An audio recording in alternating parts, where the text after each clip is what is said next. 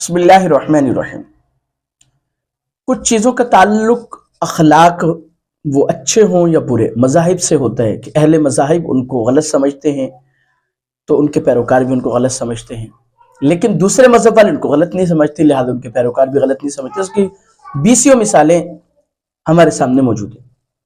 البتہ کچھ عیوب ایسے ہیں کہ جن کو مذاہب سے ہٹ کر انسان کوئی بھی دنیا بھر کا اس کو اچھا نہیں سمجھتا، ان عیوب کو اچھا نہیں سمجھتا، ان کو عیب سمجھتا ہے۔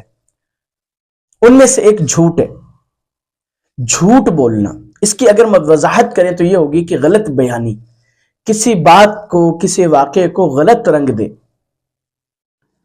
تو اس کے لیے اس کے عیب اور برا ہونے کے لیے یہی کافی ہے کہ کوئی بھی انسان دنیا کا وہ جھوٹ کو اچھا نہیں سمجھتا۔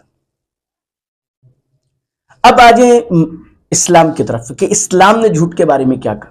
قرآن کریم میں اللہ پاک نے جو ہے ایک دو ٹوک اعلان کیا کہ بھائی باخبر ہو جاؤ، محتاط ہو جاؤ، پوری توجہ سے سن لو، الا لعنت اللہ علی الکاذبین، کہ اللہ کی لعنت ہے، یعنی اللہ کی لعنت کا مطلب اللہ کی ناراضگی ہے، رحمت سے دور ہوگا وہ شخص جو جھوٹ بولتا ہے۔ تو اس لیے جھوٹ نہ بولے، جھوٹ نہ بولے۔ اور جناب نبی کریم صلی اللہ تعالی علیہ وسلم نے مزید وضاحت کی، فرمایا کہ جی مدینہ میں جب جناب نبی کریم صلی اللہ علیہ وسلم تشریف لائے تو تین گروہ ہو گئے تھے، کافر، مسلمان، اور درمیان کا ایک گروہ وجود میں ہے جس کو منافق کہا جاتا تھا۔ اور منافق کی پہچان یہ تھی کہ وہ ظاہر میں اس کا طرز عمل کچھ اور ہوتا، باطن میں کچھ اور ہوتا، یعنی ظاہر بالکل الگ اور باطن اس سے بالکل الگ۔ تو جناب نبی کریم صلی اللہ تعالی علیہ وسلم نے منافق کی جو نشانیاں بتلائی کہ آپ پہچان سکتے ہیں، ان میں سے ایک نشانی یہ ہے اذا حدث کذب، بات کر جھوٹ بولے، جھوٹ بولنے کو اپنی عادت بنا لے، تو یعنی منافق کی علامت بتلائے گی۔ تو کتنی بڑی ایک جو ہے نقصان والی بات ہے کہ جھوٹ کی وجہ سے ایک انسان کو منافقین کے صف میں شامل کر دیا گیا۔ وہ الگ بات ہے کہ ہم کسی کو جو قرآن کریم میں منافق کہا گیا، جو جناب نبی کریم صلی اللہ علیہ وسلم کے دور میں تھے کہ ان المنافقین فی الدرک الاسفل من النار، ہم ان میں سے کسی کو ہم اس درجے کا نہیں کہہ سکتے، لیکن پھر بھی جناب نبی کریم صلی اللہ تعالی علیہ وسلم نے منافق کی نشانیاں بتلائی۔ اور اب عقل کی روح سے آ جائیں، معاشرے میں آ جائیں، تو جھوٹ ایک ایسی بیماری ہے کہ جو اپنے جھوٹ بولنے والے ہی کو نقصان پہنچاتی ہے۔ بیماری کا تعلق عام طور پہ کیا ہوتا ہے؟ دوسرا کو نقصان نہیں ہو رہا ہوتا، اپنے آپ کو نقصان ہو رہا ہوتا۔ جیسے حسد ہے، جلنے والا خود جلتا ہے، دوسرے کو کچھ نہیں ہو رہا ہوتا۔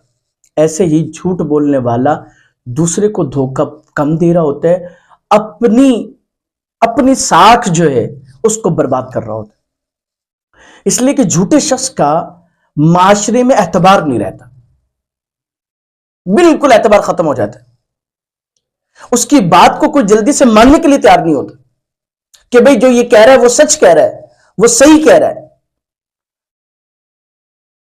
اگرچہ جھوٹ بولنے والا بھی کبھی سچ بول لیتا ہے، جیسے کہتے ہیں نا بند گھڑی بھی کبھی صحیح ٹائم بتاتی ہے، 24 گھنٹے میں ایک لمحہ ایسا آتا ہے کہ بند گھڑی بھی صحیح ٹائم بتا رہی ہوتی۔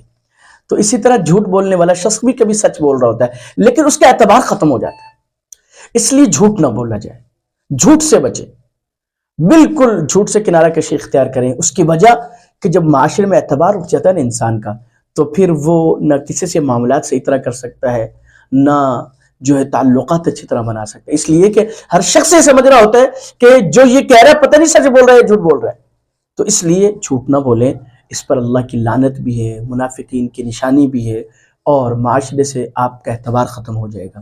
اپنی عادت سچ بولنے کو بنائیے۔ سچ بولنے والا شخص اللہ کے ہاں بھی پسندیدہ ہے، اور جناب نبی کریم صلی اللہ تعالی علیہ وسلم نے بھی سچ بولنے والے کے بارے میں فرمایا کہ صدق نجات دیتا ہے انسان کو، یعنی کہیں پر بھی انسان سچ بولے گا تو اس کے لیے نجات کا راستہ ہو جائے گا، اور پھر معاشرے میں بھی لوگ اس پر اعتبار کرتے ہیں کہ بندہ جو بات کر رہا ہے نا یہ سچ بولتا ہے، تو اس کی بات کا اعتبار رہتا ہے۔